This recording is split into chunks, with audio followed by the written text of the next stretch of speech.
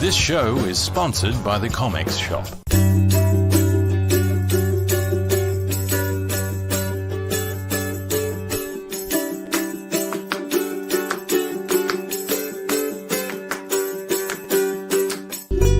We hope you enjoy the show. G'day, how are you? It's Tuesday, Chinwag, episode 20. Welcome. My name's Lee Chalker. I'm the creator of Battle for Bustle.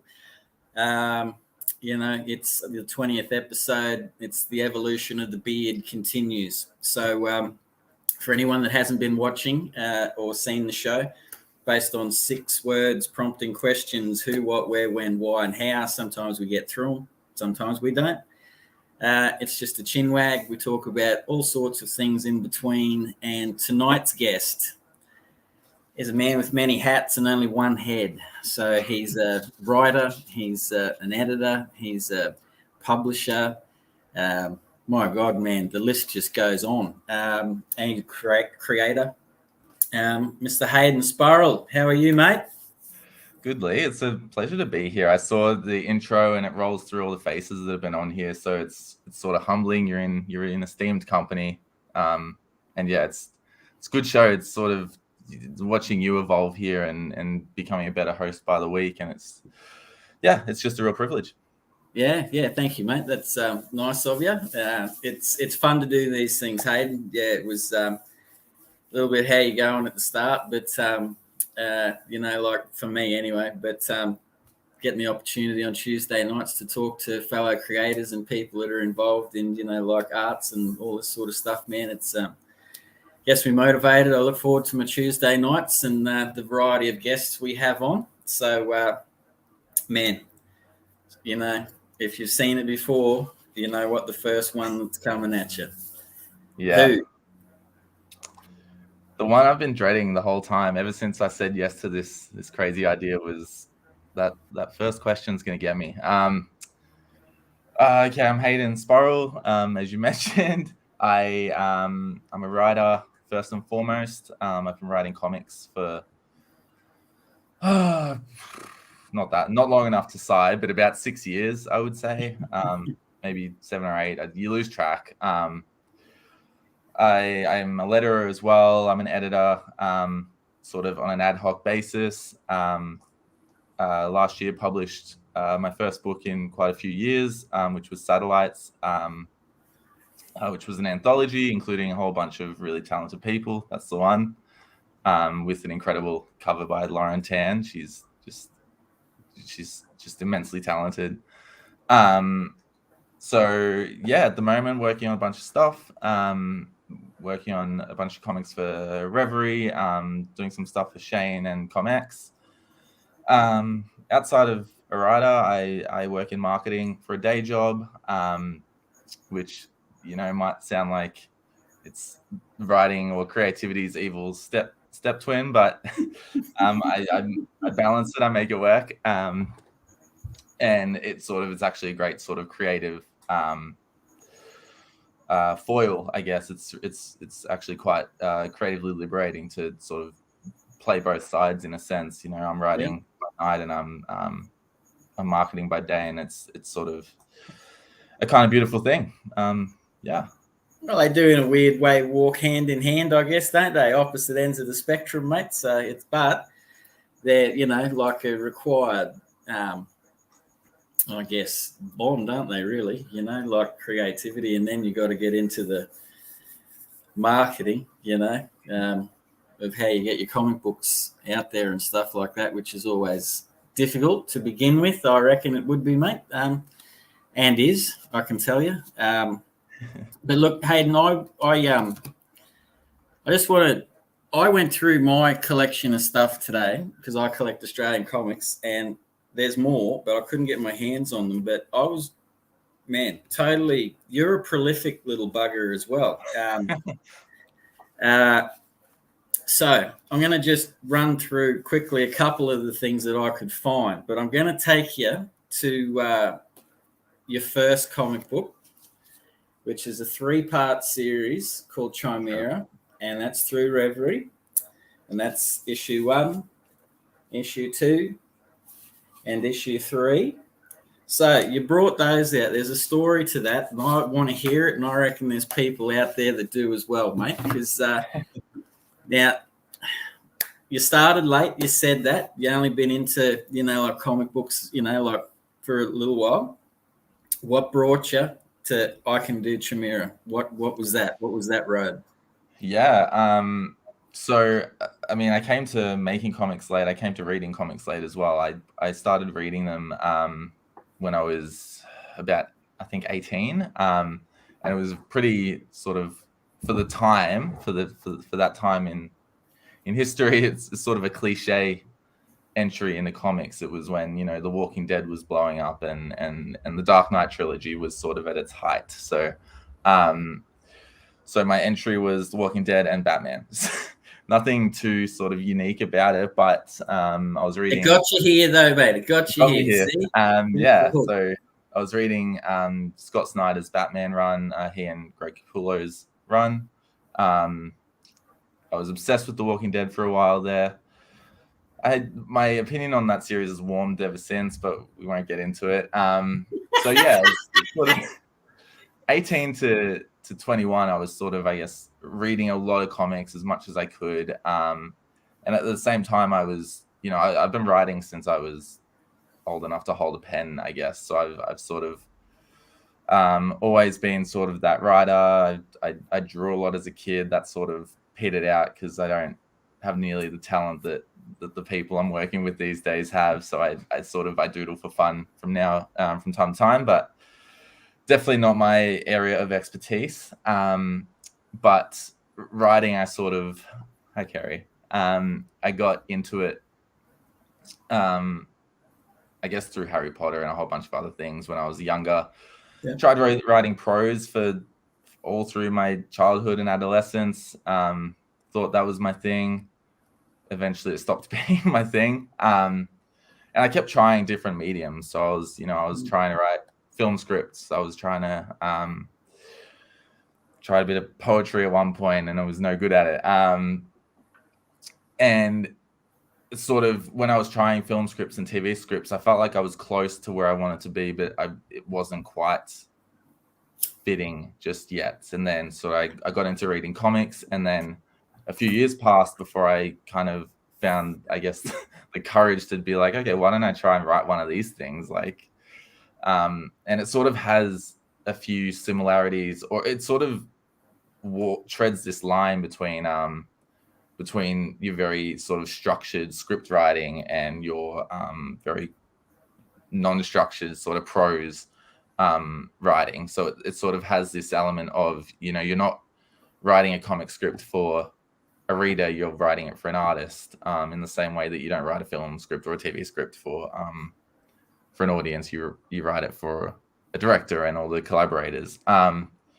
So there was something about that. There was something about that collaboration that really drew me there. But something about maybe the scale is smaller. It's not a great word to use when it comes to comics, but your teams are smaller. I find that there is more space for me personally to be creative because there isn't strict rules to comic book writing. And it is very much, it sort of leans a lot on that interpersonal dynamic you have with an artist a lot of the time. Yeah. And I think it's that sort of fluidity and that sort of that flexibility to comics writing that was really appealing. And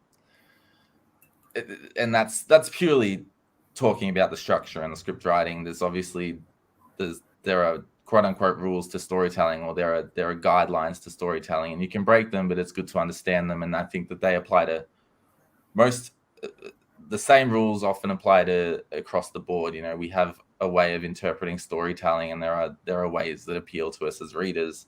I'm going on a bit of a tangent, but I'm getting there. So tangent away, mate. Tangent away. Yeah. When it came to Chimera, as I said, I was about 21. It took a lot of prodding from the people closest to me to be like, why don't you just do it? You've been talking about doing it. Just, get off your ass and do it. And the thing is, I didn't know how to do it, and I didn't know how to find the people to do it with. As someone who wasn't doing the art, who didn't probably, I guess, have the discipline to learn to do the art, but I also didn't have that sort of natural inclination to do the art. Because I didn't know how to do it and didn't know where to find people, I sort of found someone online. So I teamed up with a Brazilian artist who is very talented, and he was very patient with me because I was sort of... That is Mark Oliver? That's the one, yeah. And he works with me on all 3 issues of Chimera. As I said, very patient. My script writing, I hope I don't have those scripts anymore, because I don't ever want to see them again. There was a lot of basically everything you should never do when you're creating any kind of art, I probably did in the making of Chimera, whether it was delivering a script and then changing things retroactively, asking the artist for unreasonable edits, which was sort of magnified by the fact that he English wasn't his first language. So it was a really, really thrown in the deep end sort of way to figure out how to make these things that we all love. So yeah, Chimera sort of, it came about slowly but surely. I think that first issue was finished around 2013, 2014. I printed it myself. I took it to a comic book, Melbourne Comics meetup years ago now, I think it must be. Yep. Gary Della got his hands on it, and Gary Della did that thing that Gary Della does. He's very confident. He's very warm and welcoming, and he invites you into the world immediately. And so it was sort of, it was a beautiful thing. He met me same day. He grabbed a copy of Chimera. The same day he said, "I'll give you a call." And so we got to chatting, and he wanted to slap a Reverie logo on Chimera, and we gradually got those 3 books out. I'm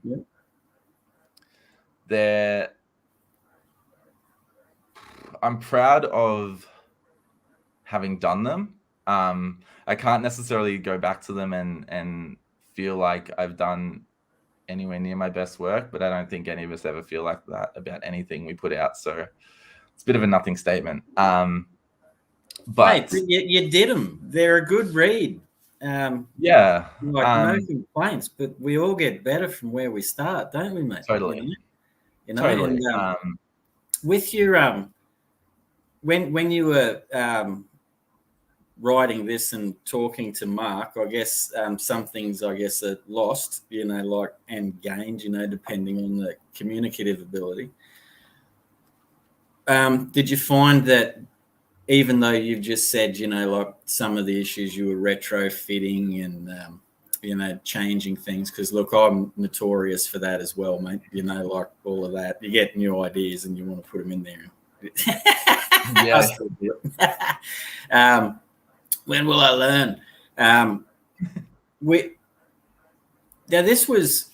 you getting like pages back from him that were like, prompting further thoughts from you for adding to the story? Like you were mentioning that for you yourself as a writer, I guess you find a bit of a sync with the artist you're collaborating with. Did you find that you were syncing with Mark while you were doing these and doing good work and proud of what was coming in and stuff like that? Good question. I don't think I had settled myself into the role of comic book writer enough to have established that sort of that synchronicity. I think a lot of the changes I was probably making were kind of what you said, getting new ideas, and some of them were prompted by the art. I'm getting art coming in and thinking, okay, where's this going now? There's one particular character in that book that sort of actually grew quite large. Another character, that character's role completely changed by the 3rd issue. So I started answering a question by saying no, and I guess I'm sort of flipping the switch and I'm saying yes in a way. And yeah, I think that so I was making changes, and I think they were for two reasons. Some changes were for one, and others were for another. And some of them were because of that, because I was getting art, and because I was having that sort of getting that spark. And then another reason was because I frankly didn't plan ahead enough. I didn't sort of map it out, or rather, I didn't map it out in a way that was. I didn't map it out enough to suggest that the story wasn't ready to go into production. And that's a really valuable lesson to learn. Probably still learning it, but I would say Chimera was a great learning experience. I hope Mark's getting a lot of work because he was great to work with, super friendly guy, and very talented. And as you said, it got my start. It got me to where I am. Yeah, for sure. Because I'll come back to another question, but it did get you a start because we'll get through it. But, you know, here's we'll come back to this too. There's 2 points, but I want to show this. Here's one that you've done, mate. Rick McClune, second fastest gun in the West, issue 1, with a gentleman that we know well on the show and we're friends with. It seems to have become a regular collaborator with you, Mr. Ben Sullivan. I mean, you're pumping stuff out, you know, like there's this issue you've written. There's a handful more. So there's 3 points I want to get into. And the next one is this. Once you'd done Chimera and you'd sort of got your first issue in your hand, and this is even before the Reverie, you know, Gary Della meeting, the comics meetup, you just weren't aware that there was like a community or varying other people where you live that had the same interests as you. You just got it in your head that you just thought, like, I'm doing it. I'm going to self-publish this thing. I'm going to get it out there. Yeah. And I guess, when did you first notice that there was a community out there? It's almost egotistic to think that you're the only one doing it, isn't it? It's sort of, and I'm sure there's lots of people who have felt that way, where it's like, oh, it's all happening in America, so I got to just figure it out on my own. I don't know how I came across sort of the Melbourne creator meetup, but that was kind of how I started to learn, oh, there are people doing this. And I guess Gary was sort of played a big role in that. All the people I was meeting were really lovely. People like Brendan Halliday and Tom Tung, and a bunch of others that I'll forget. But Gary sort of, he's a very enthusiastic man. He got my phone number and he started talking to me, and he started sort of opening my eyes to the fact that not only was comics happening, but it's been happening in Australia for a really long time. And that was sort of pretty crazy. Like, that was pretty crazy to me. Like, I didn't realize that was the case. And sort of it's grown, like, in the time that I've been doing, and I feel like this community has been growing at the same time. Again, maybe it was doing that before I came along, and I'm just being egotistic again. But I think that everyone just invites more people into the circle, and it keeps growing. And I think that's a really wonderful thing. So it was those early days, and it still felt really small, but I feel like it just kept getting bigger. As you mentioned, I got Chimera sort of got me chatting to Gary, and then Gary chatted to me about doing this Western that was kind of Rick McClune's his baby. So it was sort of like it was a huge deal that he wanted to pass it off to a writer, and especially a writer who's barely done anything, right? So he gave me that project, and I can't remember what year that was. It's all jumbled into one. It's probably on the cover or the imprint. But he it was a really unique experience doing Rick, because it was 18, mate, 2018. That was it's got in the indica. So just not that long ago. Um, yeah, he it was an interesting experience because he sort of, it was his character, it was kind of his world. So we did have you know, he had some guidelines that you needed to follow, the same way that, you know, comics publishing, or at least quote unquote mainstream comics publishing, runs in that similar way, where, you know, you're working on someone else's project now, so you've got to exercise your creativity within those boundaries, and you've got to meet a certain obligation. And that was exciting, to be able to do that. And in fact, it's so exciting, it almost becomes a crux. It can get kind of comfortable to be in that position. So I wrote Rick, number one, and that's one book that I'm really proud of. It put me in touch with Ben Sullivan, who I'll probably mention so many times in this interview that he might as well be on the show with us.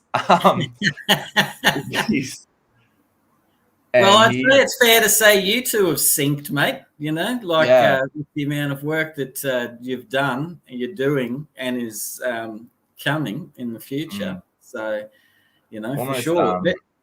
There was a funny story with you and Ben in that one, wasn't there? I'm sure I've heard around the traps that if you feel sharing that, mate, you should, because it's a bit of a chuckle. He didn't know that there was a writer. He saw the name on the script, Haydn Spurrell, and he just, you're gonna have to ask him. He must have thought it was like a pseudonym or a fake name. Like he just did not pay attention to it. He was just like, Rick McClune, okay, I'm just like, whatever, I'm just drawing now. So he didn't figure out that I was a real person until we met at a small comic convention in, I think it was Northcote, in Melbourne. And I think that was one of the first things he said to me. Like, we met, we shook hands, we looked at this thing that we made, we were seeing it for the first time together, and he was like, are you this guy? And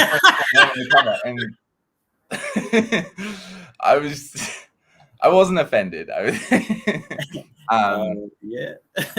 I was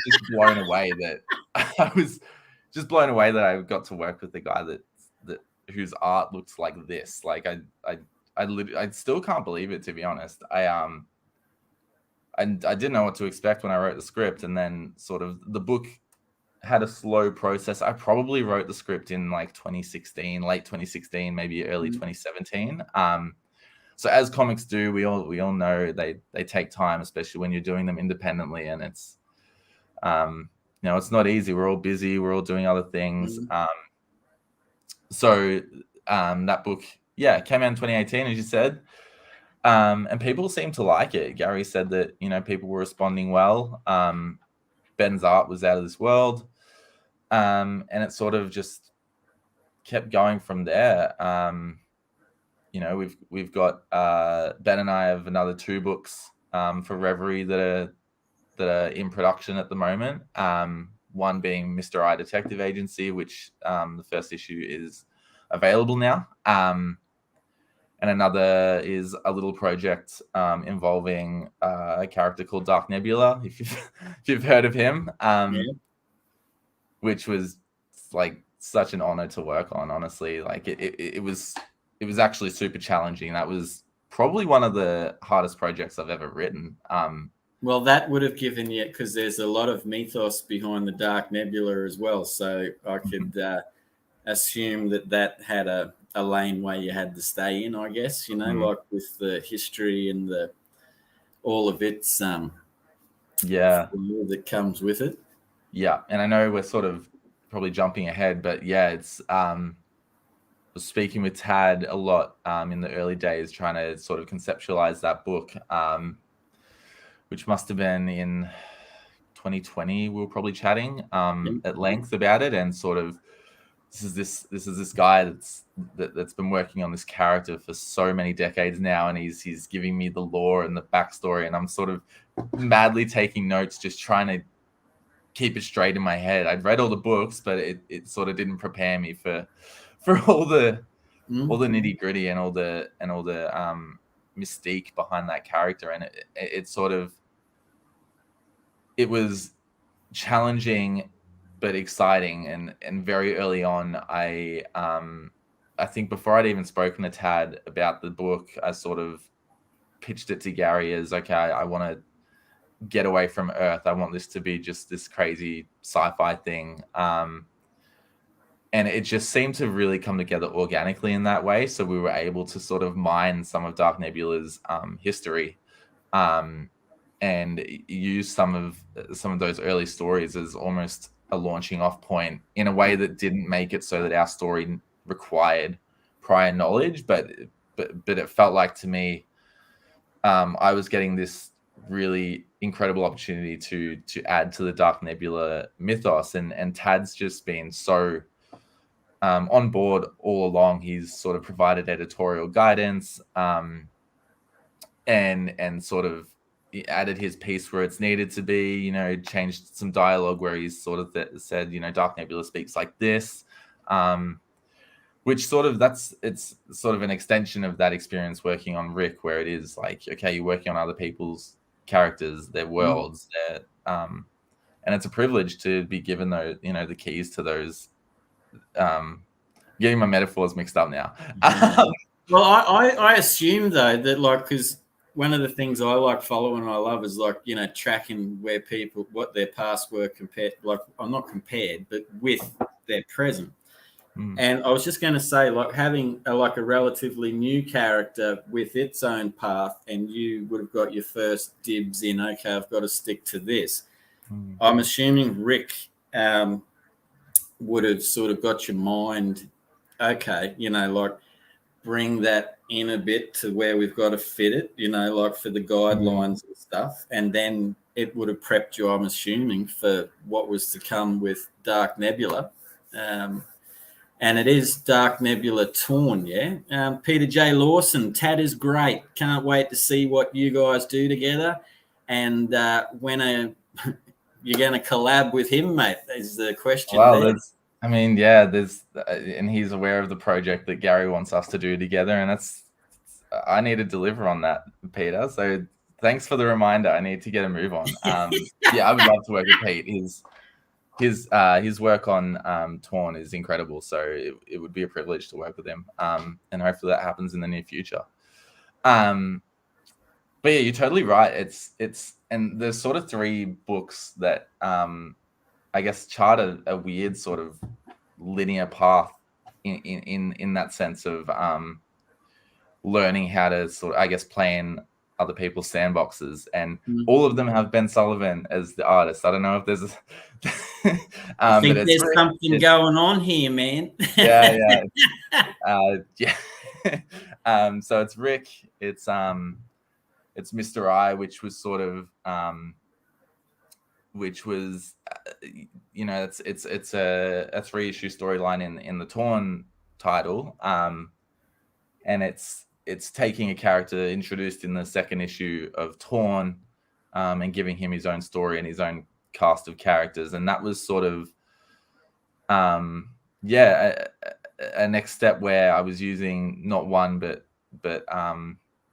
there was, I think I use about 3 existing characters from Gary's Torn universe, and they've all already starred in their own books. So yeah, it's a little different to Rick, and I had to respect that they had their own starts, however minor those starts had been. They'd already appeared in books. So I took that, and took liberties where you take them, you make it your own as much as you can. I don't think any of us can create and not do that. I think I don't think Gary has ever been strict in his editorial oversight, which is a great thing. I don't think good art comes of that. And then the next step is Dark Nebula and Torn, which is a character just steeped in not only its own history but Australian comics history, which that's huge.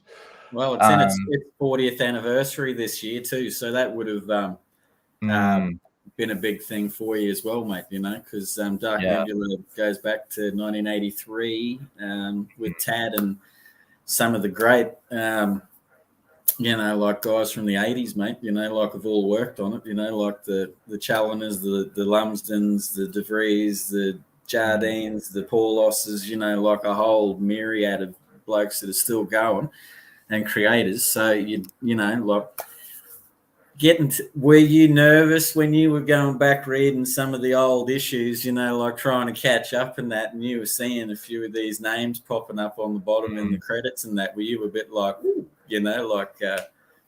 or did you go into it, I guess, being new to comics and, like, yeah, I like that story. I like this. I like that. And then just took it with yourself, man? Yeah, mostly that's mostly the latter. So it was, in my ignorance, I hadn't had that familiarity with those creators and those comics until much later. And if anything, it was just a lot of fun to read Dark Nebula books and call it research. It was and take notes, but also sort of like you would be reading and you'd be getting caught up in the storytelling, because there's some really great storytelling going on there. And then I would have to sort of pull myself out and think, oh, actually, you need to be taking notes. You need to be, you need to be actively paying attention to what's going on here, because you get to write this character. So I wasn't nervous. I was probably nervous more so about the genre I was stepping into than using the character in a funny way. I love sci-fi, but I hadn't actually written a whole lot of, I guess, straight superhero work to that point. I was working on some Torn stuff at the same time, and Torn is very much that sort of Australian superhero universe. But I was probably writing Torn Dark Nebula before I started any of that, Torn stuff. So it was really that first step into superhero writing, and it felt nerve-wracking in a sense. It was sort of that feeling of, what more can you say? Which is ridiculous, because I still read superhero comics now. Like, there's plenty you can say, and that's true of every genre. And there are still people writing incredible stuff in that genre. But yeah, it's different when you apply it to yourself, right? You're like, for some reason, different rules apply to you whenever you're being self-critical or you're trying to figure out how you're going to do something, even though other people can do it. You set different rules for yourself. I don't know if you understand that feeling. I do. I do. And to be honest with you, I think with me, there comes a certain element of, I have a tendency to overthink things very much, like if I'm really trying to find a solution to a problem in comic books and things, like I think over the top anyway, where it starts to cause me stress, man. So basically, I just sort of tried to start maybe 12 months ago with everything, trying to get back to the old KISS principle, mate. Keep it simple, stupid. So if I felt myself, like, whoa, like, I'd just walk away, cigarette, go back to the fundamentals, like, how does this move forward, because, I do to a certain extent, Haydn, feel that way too when I'm doing Battle for Bustle, because it's, I guess, lots of themes and stuff going on in that, so you can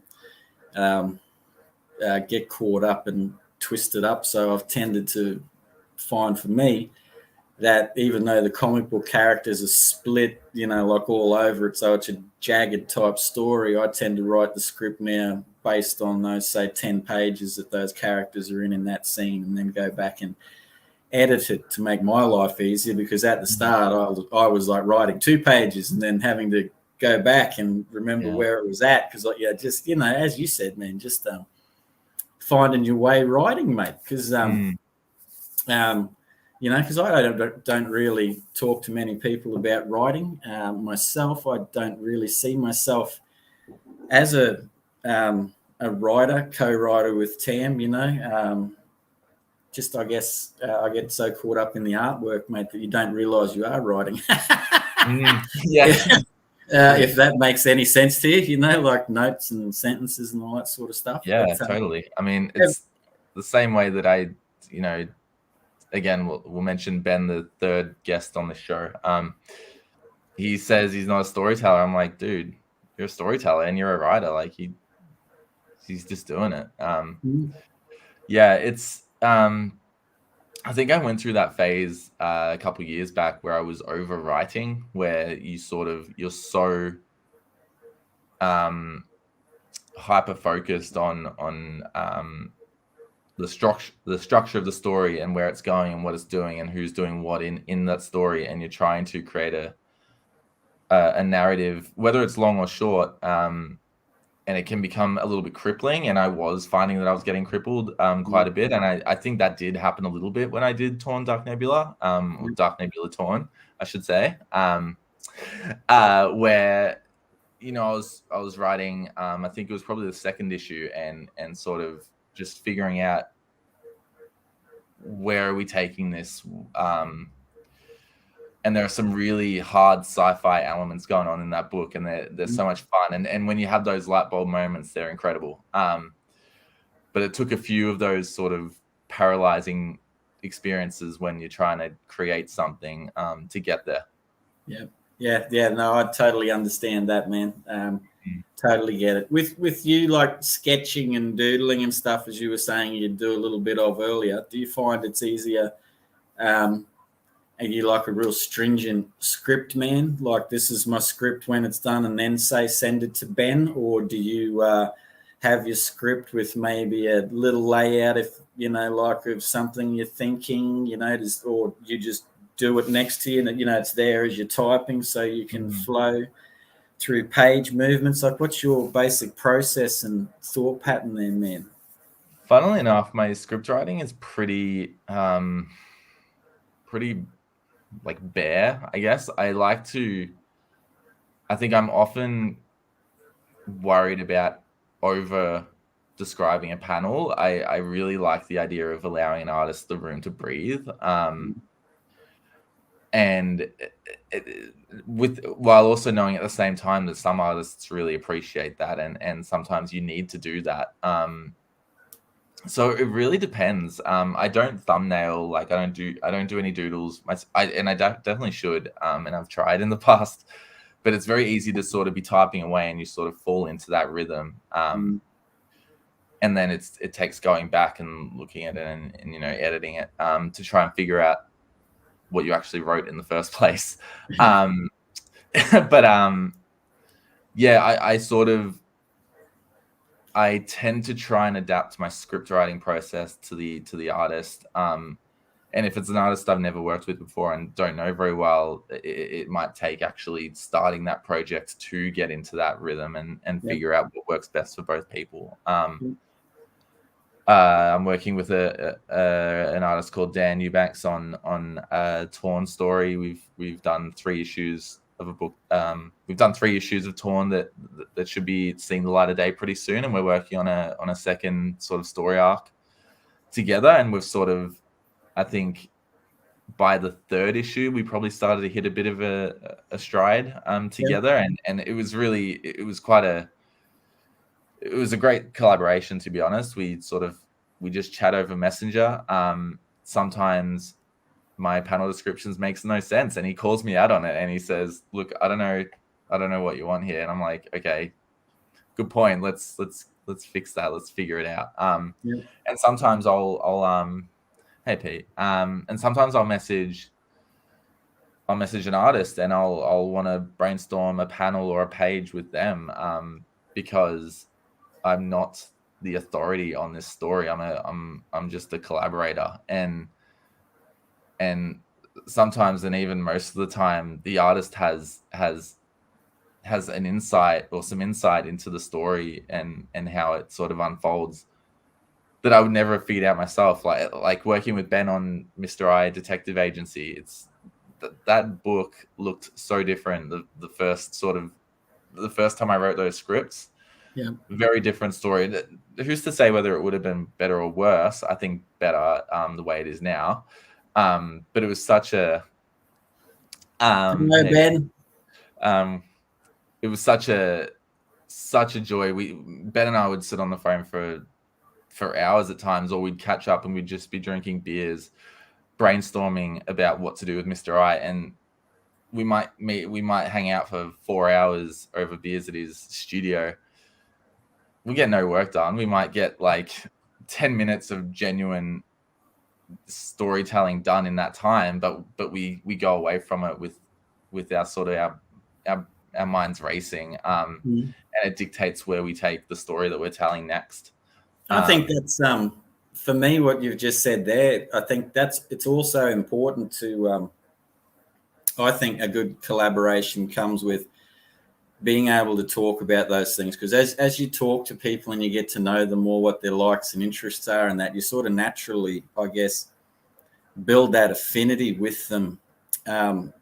And then sometimes you can lock in, like to a really awesome creative experience because you're both on that same level. I mean, one might like cars and the other might not, but somehow there's other planes. Well, I know he'd like to go that way, or I'm not going to take it. That you just sort of that's that meshing thing, man. From young, which is from chinwagging to people, just talking, seeing where they're where their mind's at, what their likes are, and things like that. It all works, man. I don't think you can just jump straight into I've only collaborated with a handful of people in my time. And I've found you never sort of jump straight into shop. You know what I mean? Like you sort of just talked and got to know them a bit, and then shop sort of, I guess, sort of sneaks its way through. You know what I mean? Like a minute ago you're talking about something, and now you're deep, on what you want to do creatively. Totally. I think, that's a beautiful thing, man, when you hit that.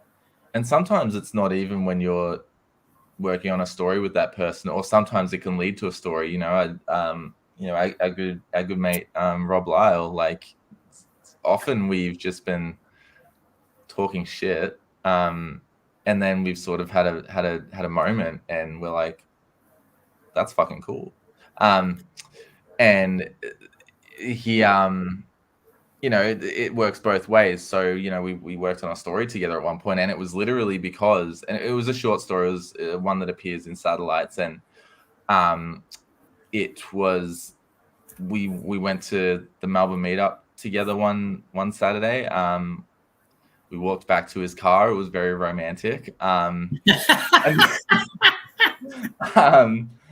And then we just sat by up against the car under a dim street light, mate. Drizzling rain coming down. It was beautiful. I'll never forget it. We were just standing by his car, and we just had this story just came out of nowhere. And he was at a point, and I don't want to speak for him, but so if I do and I misquote the story, he can rage at me in the comments. But he hadn't worked with a writer before, or he hadn't done a whole lot of that work at the time. He'd done the art for his own writing. And it just sort of, I think it was perfect timing. The story sprung to our minds. We were friends, we'd been close mates for a while. I got on the tram home and I wrote the script on my laptop on the tram home, and then from there we did very little workshopping on it, but we sort of, he was swapping art back to me. It's just a 4-page story, but I'm very proud of it. I hope he is too. And I threw it into Satellites, the anthology that I put out there last year. Yeah, we'll get into Satellites soon. You've obviously, from talking to you've not just collaborated with Ben regularly, but you've had other people you've collaborated with. From looking at yourself back in the early days to this, I guess we'll call it the Reverie journey of titles and stuff like that for you. So we know where we're at. Up to Dark Nebula. Have you found what's the one thing that you feel has made you become a better writer, man? You obviously hit a point where you felt good when you were by yourself in your room. You know what I mean? Have you found having other people to bounce ideas off, be motivated by, has prompted you to get better? Yeah. Yeah.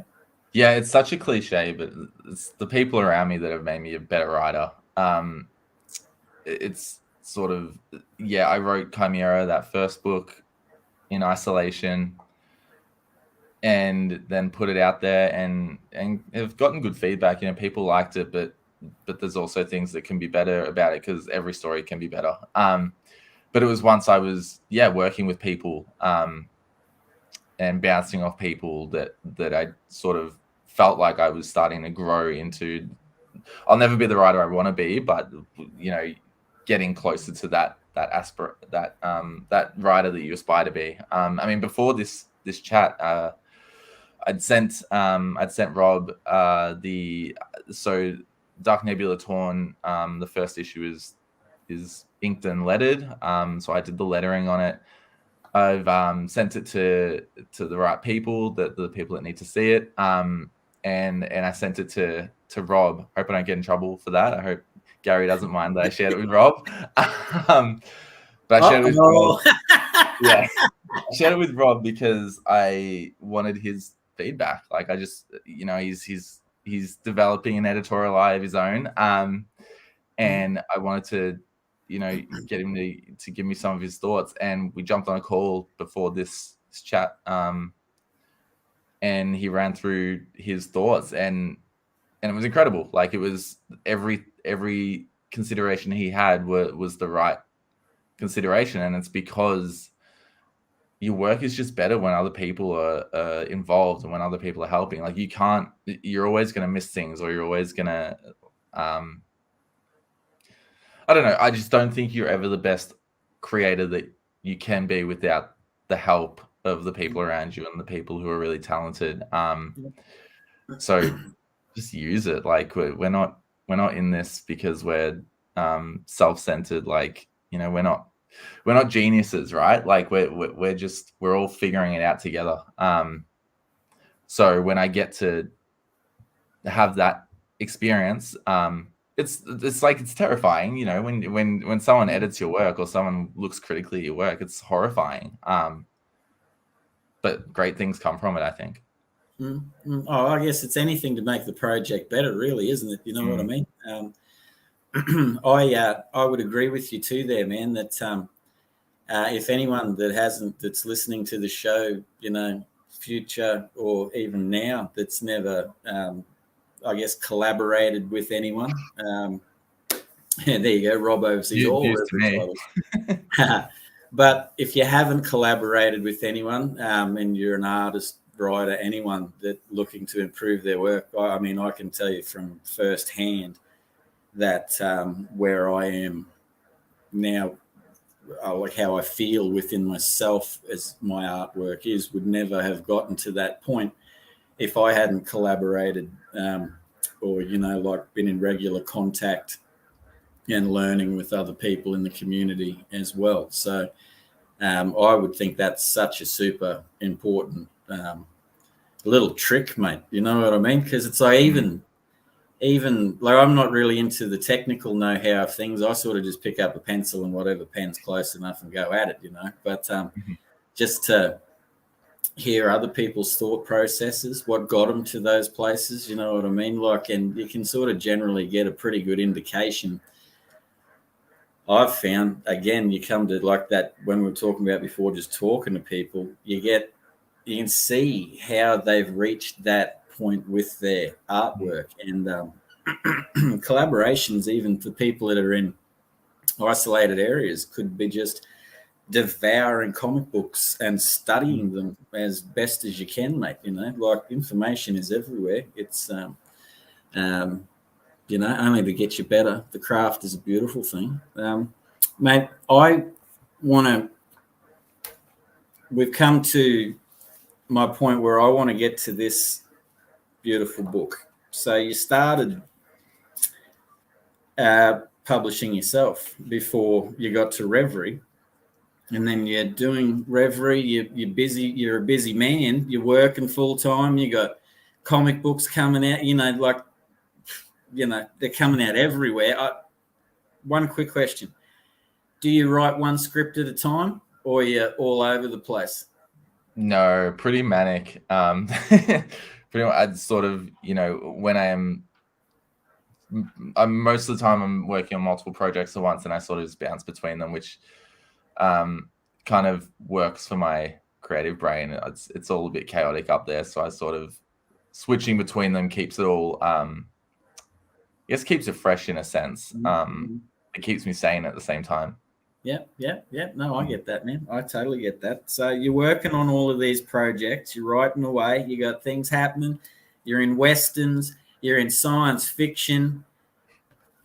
You decide to dabble back in self-publishing.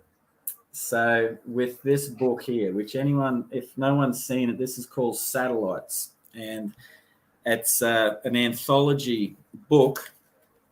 So that's many stories from Haydn and different artists are in. That might be oh, look at that. There you go. There's your Betsy story.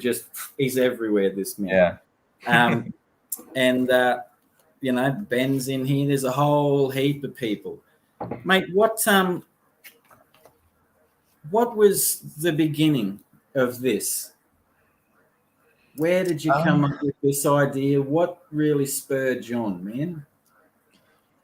I guess it was sort of two things, because apparently I can't just give an easy answer. So it was sort of... We're Chinwag, brother. That's what it is, man. Yeah. It was probably mid 2021, where I was at uni at the time, so I'd gone back to study a master's of writing and publishing, sort of heading towards the end of the degree, and needed to create a research project, ideally in an area that I was interested in. So Satellites was an opportunity. The project kind of kicked me into gear on Satellites, because Satellites was something I really wanted to do for a while. It was, as you said, I've been doing a lot of work for Reverie. I'm doing a little bit of work for ComX at the moment, which is really exciting. But I hadn't been doing my own storytelling. And I think I said sort of early on in our chat here that it can be easy getting comfortable in that sort of, I guess, that system I was in with Reverie. So without putting a hold on that, I thought it was time to sort of challenge myself again and do something I hadn't done before. And so I was studying a degree in publishing, and it just felt like the perfect opportunity to try and put some of the skills I was learning into practice in quite a formal way, in the ways that I'd sort of been learning how to do. So I came up with this idea that I wanted to do a science fiction anthology. It was sort of the theme, the theme, broadly speaking, is around community and collaboration.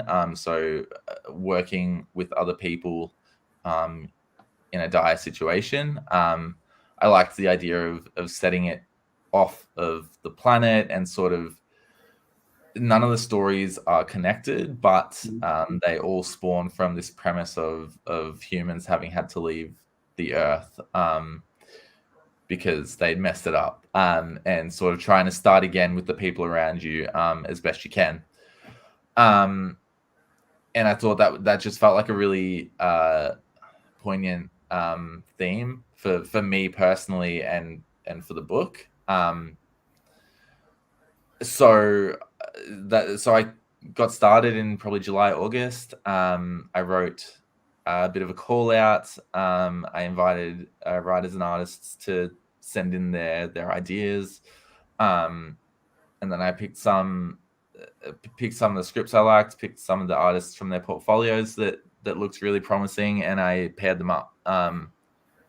So the book is about, and I do have work in there, so there's a bit of nepotism at play, I think. And so I sort of had to put the challenge to myself as well. I was pairing writers with artists that had never met before, because I wanted to see what that would look like. I wanted to, that was sort of an element of the project I was doing at university. And it also just felt like it felt really fitting for the theme of the book. So it was a little bit I guess it was a little bit meta in that way, where the stories were speaking to collaboration, and I was forcing these people probably to work together. And so in my nepotism, I worked with Ben and I worked with Rob on two of the stories. So really not following my own guidelines, but I did work with Brendan Halliday as well on a story, and we challenged ourselves to do Marvel style, which was that sort of, I gave Brendan a really rough outline, and he created the story from that outline, and then I sort of worked the dialogue into it after that, which was really fun. And working with Brendan was really great. He's an incredibly insightful person. He's been in and around comics forever.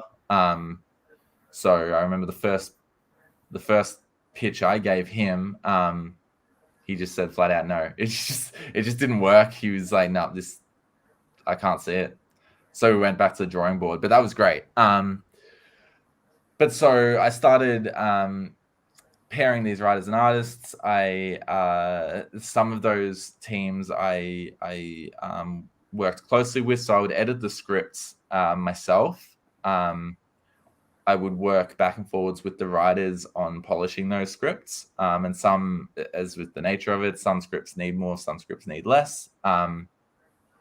And then after that, once the writer and I were happy, once the writer thought the story was as good as it could be, we passed it on to the artist, and we went from there. So it was this really unique opportunity for me personally to not only sort of exercise those skills that I've been learning in publishing and editing and lettering further down the line in production, but to watch what collaboration looks like when I'm not directly involved, and sort of see what the artists are coming back with and hear what the writers think.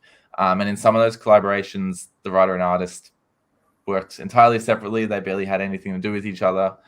And then in some of them, the collaboration was really intense and really, really great. And I sort of felt like I was, observing from the bushes in some cases where they're chatting on Discord, and I'm just that weird, creep in the corner, just bystanding, just and trying to learn from what these people are doing. And one of the biggest lessons I learned from that whole project was that,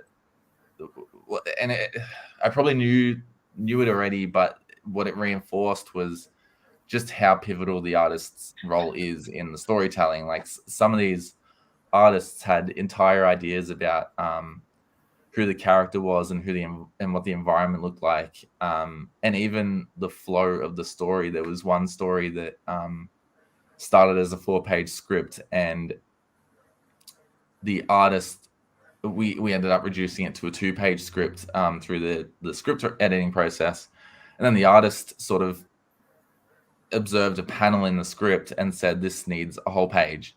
So it turned into a 3-page story, and that one panel that turned into a page is stunning and was the best thing that happened to that story, I think. So it was a really challenging project. I won't lie. There were challenges. There were areas in which as a publisher and an editor, I learned the hard way how to be better in that area, and how to and that's in terms of maybe professionality, a little bit of is that professionality with how you deal with the people that are working on the book, or professionality with your thoughts on the publication look itself? More the interpersonal stuff, the working with people. So there were challenges at times, and areas in which I won't go into detail, but areas in which I learned that I need to be better if I was to conduct a project like this in the future. In terms of the actual book itself and pulling the stories together, providing editorial, I sort of that felt like and still feels like my wheelhouse. So it was definitely the interpersonal relationships that's sort of, you're working with very different people, and you're making decisions, and you're sort of sometimes your decision making can be affected, I guess, in such a what felt like a really big project. So I learned lessons both as a writer, or I learned lessons across the board as how to create books, how to write, how to edit a letter, and how to work with people. I think it was a really valuable. I learned a lot of valuable lessons on that book, and I'm super proud of it. It came out. I worked with, as I mentioned, Lauren Tan was the cover editor. The cover designer. We worked really closely on it for quite a few months. It's a strikingly good cover. Yeah, she was someone that I got to work with. Exactly. Yeah, it was an artist I got to work with in uni. So I immediately knew that that's who I wanted to work with on the cover of Satellites. So yeah, it's. How long did it take you to put this together? Too long. I gave myself about. I think I gave myself. I wanted to have it out by the end of 2021. It didn't come out till about mid 2022, which is not actually too bad. About a 12-month, 14-month turnaround is pretty good when it comes to independent publishing. So I was probably just too ambitious at the start. Oh, mate, there's nothing wrong with that. It's here. It's there, Haydn. So ambition, mate, got that fire burning in your bud. So it's there. It's Satellites. It's out there. Hey, one thing that once I'd read it, I messaged you because there's somewhere in here. Let me find it. There's where is it now? Basically, if I can't find it, I'm just going to tell you that Haydn's dad and I discovered, have something in common. The things you find out in the comic book, mate. And Haydn's dad, his favourite film, like mine, is David Lynch's version of Dune. And and Haydn lets both of us know that he probably didn't quite pick up what we were putting down when he watched it. So no offense meant. It was sort of a. I laughed when I saw that. I cracked up laughing, man. It was and it's to be honest, it's something I never had the courage to tell Dad myself. He sort of would always rave about Dune, and then I watched that movie for the first time. Yeah, at some point during the making of that book, and I just it just didn't do it for me. I couldn't tell him that until I wrote it in that introduction, and I gave it to him to read, and he had a good chuckle as well. I think he. Yeah, that's good. I just the things you find out about people in comics, you know. It was. Now this is a tribute to your dad, yeah. This book as well. You mentioned a bit at the start. He I mean, I won't labor on it, but he did get diagnosed with cancer about the same time that I started working on the book. So I guess it was really present when I was working on it, and it just felt kind of right. I did have a lot of concerns about, dedicating a book. It felt maybe a little bit hokey, especially when it's an anthology and there are lots of people involved. I didn't want to take away from the people that worked on it. I didn't want to sort of steal the spotlight, so to speak, but I did kind of I just wanted to put a little bit in there, and it was a really special moment when I got to give it to him, and he and Mum they were really wrapped, and so it was a really nice opportunity, and sort of I let myself have a little bit of a selfish moment with that one.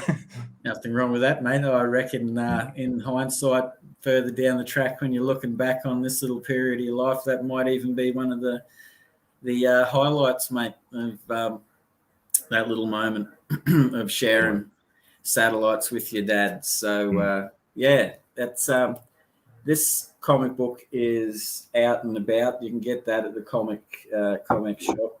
So jump on board and have a look at that. It's well worth the read. Some great stories in here. Yeah, and it's excellent. And do yourself a favour. Go and watch 1984's David Lynch's Dune. There's an extended version there that's even better and weirder. It's great. But anyway, I digress. So I guess, mate, with you talking about satellites, you're contemplating at some point in the near future having a little dabble at satellites issue 2 somewhere down the track, or you're just going to focus on where you're at now with, like Dark Nebula and things like that coming up? It's you know what, I asked myself this question probably once a week, once a fortnight. I think I would love to do another anthology, whether it was Satellites 2 or whether it was a different genre or a different something different. I think that it was I think I learned a lot of lessons from it that I can probably put to really good use, and potentially make something even better with and I want to work with people. I want to work with Australian creators that want to work with me if I'm so lucky. So look, it's something I'm always thinking about. So I just need to sit down, put my brain into gear, and come up with something. Oh, these things take time, though, don't they, mate? That's definitely a labour of love, and God, you're busy. You got to find a balance in everything. I think that's important as well. Like you work and you got comic books. I'm sure like you've got a life out there in between all of those things as well, mate. So you just got to plug away at your little projects, man. And things can just sometimes you get a bit waylaid from things, don't you, man? Because you get seduced by ideas sometimes. Like you can have a little thing and then, I want to work on this project, but I might veer off onto that for a month, and then suddenly 6 months later you're still working on it. I can I can get that. The seduction of the idea, yes, can be challenging, but go through a lot of notepads, mate. See, that's how old school I am. I don't type it, I write it. I love a notepad. Yeah Are you a yellow sticky man? Are you like a thumb stick man? Like, is your wall behind the computer? No, I think I wouldn't be able to make sense of it. But my notepads or my notebooks are pretty messy, and I often find that when I'm writing notes, I don't even go back to those notes. I just rewrite them anew. Like I don't go back and forwards because they're so chaotic. But they for somehow they connect the wires in my brain and they keep me writing more notes. So Have you got a whole like library, like cabinets in your brain, like that some days I'm going to work on project A, click it open and, like it can take you back. Like what I guess I'm getting at, there's the writing of the word in your notepad in a weird way cement the seed of the idea in your mind. Although I guess I'm not so much old school because that's the case, but on my hard drive. So I've got Word documents with story names and. Wish I knew about hard drives. I'm just walking around with a brain full of bloody ideas, mate. Yeah, you're sending pages to people in snail mail. Well, look, it was last year I gave envelopes away, mate. Nice. So. We're all growing in our own way. I'm slowly catching up, Hayden. I'm slowly catching up, man. You'll get that. Yeah, hopefully. Like it's been a battle so far. Hey, so I guess with your comic books, you tend to find like now that you're writing and you're feeling like you're a bit more enveloped, like in the Australian comic indie scene. Do you still get time to read novels, comic books to, like keep prompting you and stuff? Are you still going to your comic book shop and getting your pull list, or, you're a bit more specific? Because you mentioned earlier, you were taken by The Walking Dead for a while. I've also heard you mention before that you're a massive fan of Sandman. What are some of the other things, mate, that, like speak to you in terms of comic books that are out there? Yeah, I guess I'm very heavily inspired by the sort of 80s, 90s, or the 90s Vertigo line of books, Yep. I think. And I'm sure I'm not alone in that. So as you mentioned, Sandman, which was a Vertigo book sort of early on in its life. Alan Moore's Swamp Thing, which I know is not a Vertigo book technically. That was one I only read in the last couple of years, but I found that just incredibly creatively inspiring, because that series sort of goes in so many places and gets quite, goes from horror to sci-fi, and I find it really alluring, I guess, that kind of writing. Outside of that, sort of, I do try to read as much as possible contemporary comics, but I'm shocking with my reading habits. I'll sort of move in and out of things quite rapidly. But I sort of, I guess one of the styles of comic books that I'm most drawn to, a maxi series, so it's sort of like your 12 issue kind of book. There's something about that, and I think it's appealing to me. I mean, for one hand, it's probably less daunting than trying to get into a long-running book at this stage where I just know I'm not going to keep up. But for another, I'm really drawn to that structure, that sort of 12-issue one and done. They feel very specific and very honed, and it's not only, but it's sort of, I guess, mini to maxi series. Those are, I guess, where I do most of my comics reading these days, where I know that it's a very specific intent on the part of the creators. They start something and they finish something, and it's all there on the page, whether it's good or bad. They left it all on the table. But yeah, I sort of, I try to vary my reading as much as possible. So I'm reading as many comics as I can, but I'm trying to read, some nonfiction. I do a little bit of nonfiction writing, so it only makes sense to read it as well. I don't read so many sort of fiction novels these days. I listen to a lot of podcasts, some audio series, such as the recent Sandman one, which is really good. So I think as much as I don't think I'm drawn to mythology, I must be, because Sandman is very steeped in mythology. I think Swamp Thing is very steeped in mythology. Well, there's Constantine and Preacher. I assume that you would have had a look at. Yeah, that's totally similar sort of stuff. Yeah, and I think that those books in particular, when we're talking about that 90s era, again, there's a lot of really challenging progressive storytelling going there. I know progressive is a word that can be thrown around very easily these days, but I think for its time, you can look at what was happening in the world, and you can think that there was this whole line of books that was doing things that were quite different to everything else, and they didn't sort of come out of nowhere. They sort of spawned from the underground comics of the 60s, 70s, which was another really fun thing that I was able to sort of dive into for my university project, was looking at the history of comics and looking at how everything spawned everything else. So yeah, I think I've lost track of the original question, but I guess doing well. Yeah, you're doing well, mate.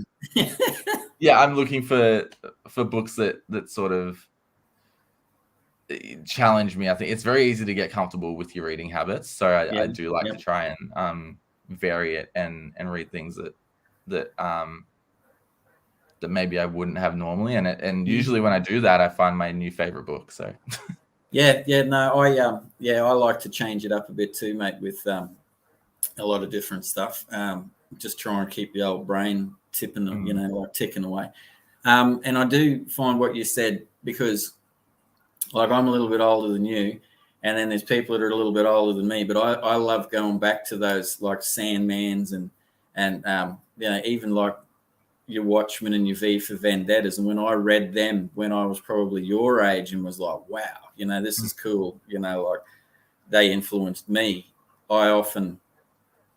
They were already history in the line of comic books, and then as I've talked to more people and seen what a huge influence they've made to them, it's taken me back in time to think, as you were saying, those comic books in their time would have been mind-blowing, man. You know what I mean? Like, because it was just, no offense to anyone that read it, but I guess there was a certain element of, savoir-faire, like the usual stuff was coming out every month. Yeah. And then, suddenly these other comic books were, like coming through. And I think they've left a huge mark, man. It certainly changed my thoughts, because I grew up with the amazing spot, like Marvel. Dad was a huge Marvel collector, and I loved that pop and, like everything about the Bams and the Blams, and loved it as a kid. And, like as I got older and started finding my own comic books,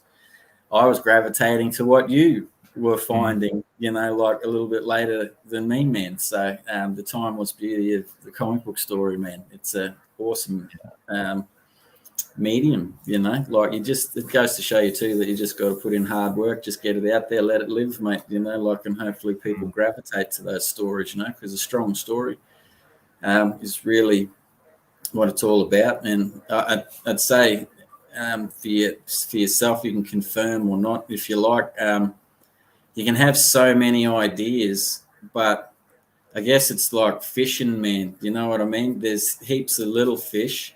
And this is an analogy that a hero of mine, David Lynch, uses, is like there's little fish on top of the water and there are lots of ideas, or you can, fish deep, and catch the big fish. And, like some ideas go and others stay. And, time is what it is. So that's my philosophy for the evening. So, Totally. Yeah.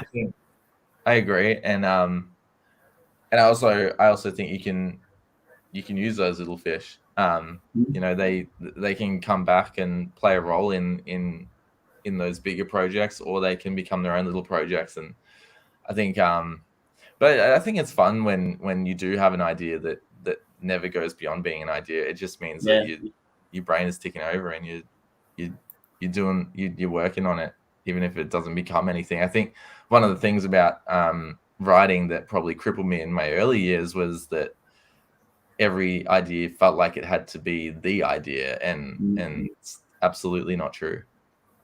Yeah. It's getting back to Chimera. Is that one of those little fish that became a big fish over time, or was that one of those ideas that here's this idea, I like it, and boom, you just went at it? Yeah, I think it was a little one that turned into a big one. It's sort of, it just came about quite suddenly, but it wasn't it didn't gestate for too long, but it did feel like it grew quickly. But I guess what I'm saying is that I've had ideas, and I had ideas before I had Chimera that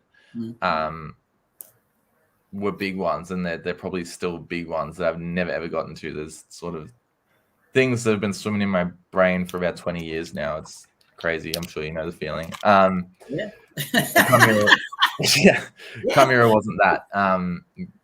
Chimera sort of was an opportunity to write a sci-fi that felt quite close to home on an emotional level. So the protagonist sort of was going through some things that I felt like I was going through, mentally speaking. So it's not autobiographical in any sense of the word, but it was definitely spurred on by what I was going through at the time. And I think that's partially what helped it come into being, because I was so it was cathartic in nature. Yeah, I think so. And it's probably why I have a hard time looking back at it now, because I think I'm a very different person to who I was then. but yeah, it's sort of it having it play that role and feeling this sort of, I guess, closeness to that main character helped it happen, because I was having so much trouble just putting pen to paper. I was sort of getting in my own way. Yeah. Oh, well, that was your first one, mate. So had you done any? Oh, here we go. Haydn, is there a comics writer that you look to for guidance or inspiration? I mean, God, I feel like it's a cliche to say Neil Gaiman, but I find his work is inspiring, and I find everything he does for his image inspiring. You know, I think that I've read so many sort of interviews and critiques on his work, and I think that his approach to storytelling is really refreshing, and he's very I mean, that guy doesn't stop thinking of ideas. It's exhausting thinking about all the stuff that he's done and continues to do. These days, I do find myself quite drawn to Tom King's work. I think that he's doing really interesting comics work. I haven't loved everything he's done, but he has a style that I find quite invigorating, in a way in which sort of I quite love the 9-panel grid and what you can do with that, and he toys with that quite a bit. So by extension, I guess Alan Moore is a writer that I quite like. I haven't read all of Alan Moore's work, but what I have read, I find his work for the most part is intellectually stimulating, if not emotionally. And so I feel like there are lessons that I've learned there as well, in terms of I guess how, structurally speaking, how he tells stories is very purposeful, and I found that was quite inspiring early on. I guess I could keep going. And that's Dave Dye. Dave Dye is one of my inspirations. It's so they're pretty, I guess, cliche suggestions, but there have been many over the years. You know, that I mentioned Batman and The Walking Dead. Robert Kirkman was an inspiration early on, not so much anymore. I often felt like I have reread The Walking Dead comic, and I've sort of felt that there are elements of it that really worked for me at the time, and there are elements that I think helped it gain its mass appeal, but that don't necessarily work for me anymore. Scott Snyder, I found quite inspiring, but another example of one where, like Kirkman, I was inspired early on by his work, and today I'm not so much. I've sort of moved on from that inspiration, I guess. But I find he and Capullo's dynamic really inspiring. I sort of read an interview with them a number of years ago, and it sort of speaks to that sort of writer-artist relationship that we were talking about earlier, where Snyder and Capullo, they're great friends now, but early on, Snyder was very precious about his scripts, and Capullo would get those scripts and he would say, "No, this is too much. You've written too many words for me. You're over describing this stuff." And Snyder sort of tried to double down and, you know, stress that it was his vision that needed to be put on paper. And he got put in his place by this artist who'd been in the business for so much longer than him. I think that was an important interview to read early on in my comics writing journey, because I'm sure it was very humbling for Snyder. And so I don't know if I've answered your question, Dave, but many people, and there'll continue to be new inspirations all the time, I think. Yeah, I think that's healthy though too, mate. You know, like I think we can all say we've had favourites for periods of our life, and then something new comes along, and it's no disrespect to that old favourite, but you know, it's always good to be on the lookout for new things. I think that fire those creative synapses and stuff. So Haydn, we'll slowly start, winding down, man, and this is a question that the two last words I always love to ask other creators, because people who watch the show regularly will know why I do it, but anyone that doesn't watch the show regularly, I always ask this because I'm from far north Queensland, so I don't know too many people that do comic books in my neighbourhood. So before the ComX community came about, I was one of those people like Haydn and I were talking about before that was just in their room drawing away, doing stuff. And, you can feel a little bit like, wow, what am I doing this for? So, mate, why do you do it to yourself? Why do you do this crazy thing called comics? God, I don't know. I think that I just was looking for that outlet to tell stories for so long.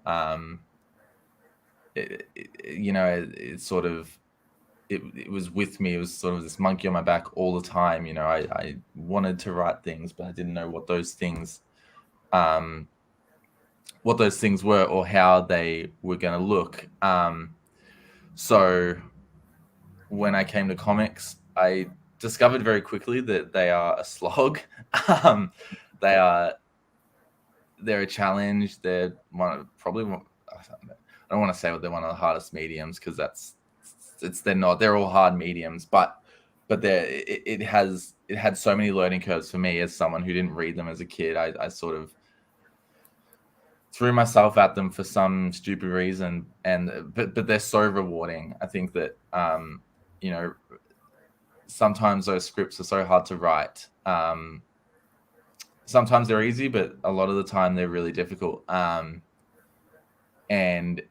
But then you start working with people and you start seeing art and you start, you might start lettering if you're a letterer, and then you get it printed and you see this thing for what it is, and it's the product of so many people's work, and I think that's an incredible thing. I think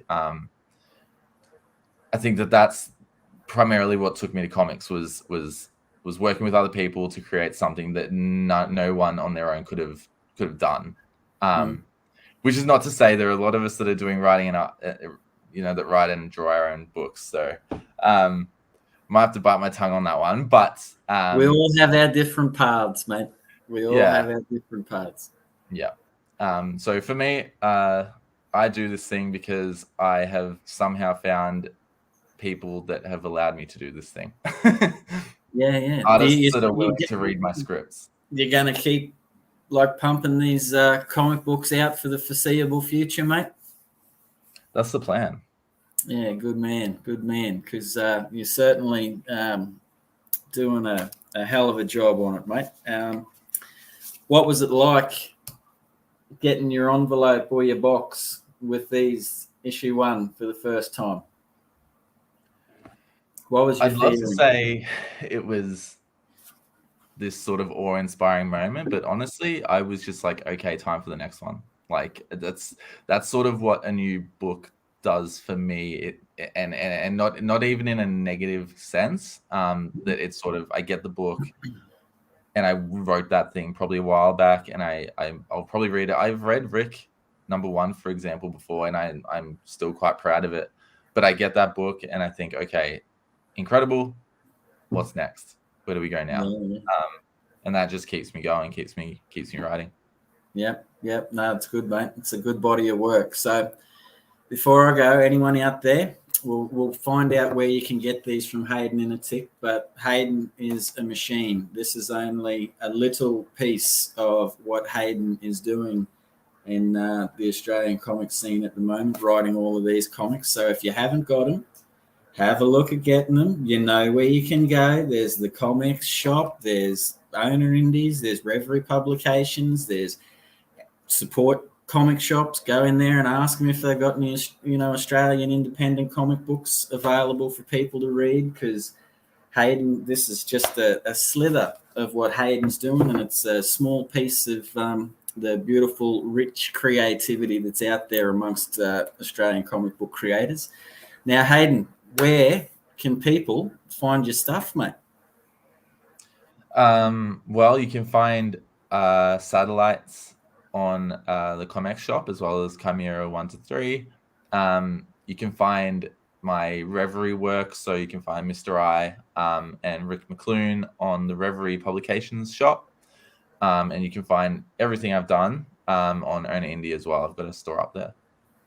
There you go. And if anyone's chasing Haydn for, something, or maybe want to get into the second issue of Satellites that he may or may not get around to, but I'll bet you he will.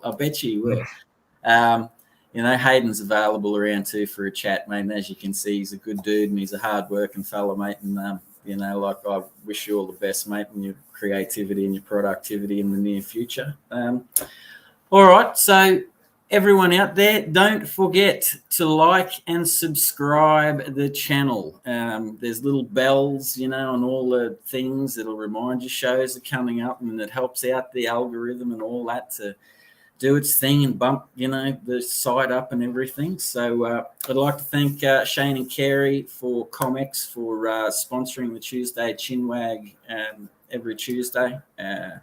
Thank you very much for that. Now, there are several other shows that are also on the ComX network. Tuesdays are for Chinwagon. So I'll be here next week with Morgan Quaid will be my next guest. Wednesday nights, you have the Oz ComX show, and Dave Dye is the guest tomorrow. So looking forward to that and seeing what he's got to have a yarn about. Friday night drink and draw for everyone out there. Now, the topic is Sabertooth, so you can start drawing now. Send in your artwork. It'll be shown on the show, and even if you're a little bit late, it'll get shown on next week and all the interwebs and stuff, so you can get your stuff out there. And the guest is Duncan Cunningham. And on Sunday night is the Sunday Spotlight with Peter Wilson and Shane. And the guest this week is Peter Lane. Also, there's a comic book called Sizzle and Doug that's out at the moment, numbered 1 to 100. I'd love everyone out there, if you haven't got a copy, to get a copy, because ComX is not free. It's an independent studio that basically opens up doorways for the comic book creators and communities all over Australia and far off lands to do exactly what Haydn said tonight: collaborate, communicate, get in touch with people. You never know who you might meet on these shows, or what you may learn. So go ahead and do that. And look, I also want to give a big shout out to Hayden's dad for being a Dune fan. If he's watching, or if he watches this sometime in the future, long live the fighters, Mr. Spurrell, and he'll know what that means if you've ever seen Dune. Thank you to ComX. Thank you for everyone watching. Thank you for the comments. Thank you for Haydn.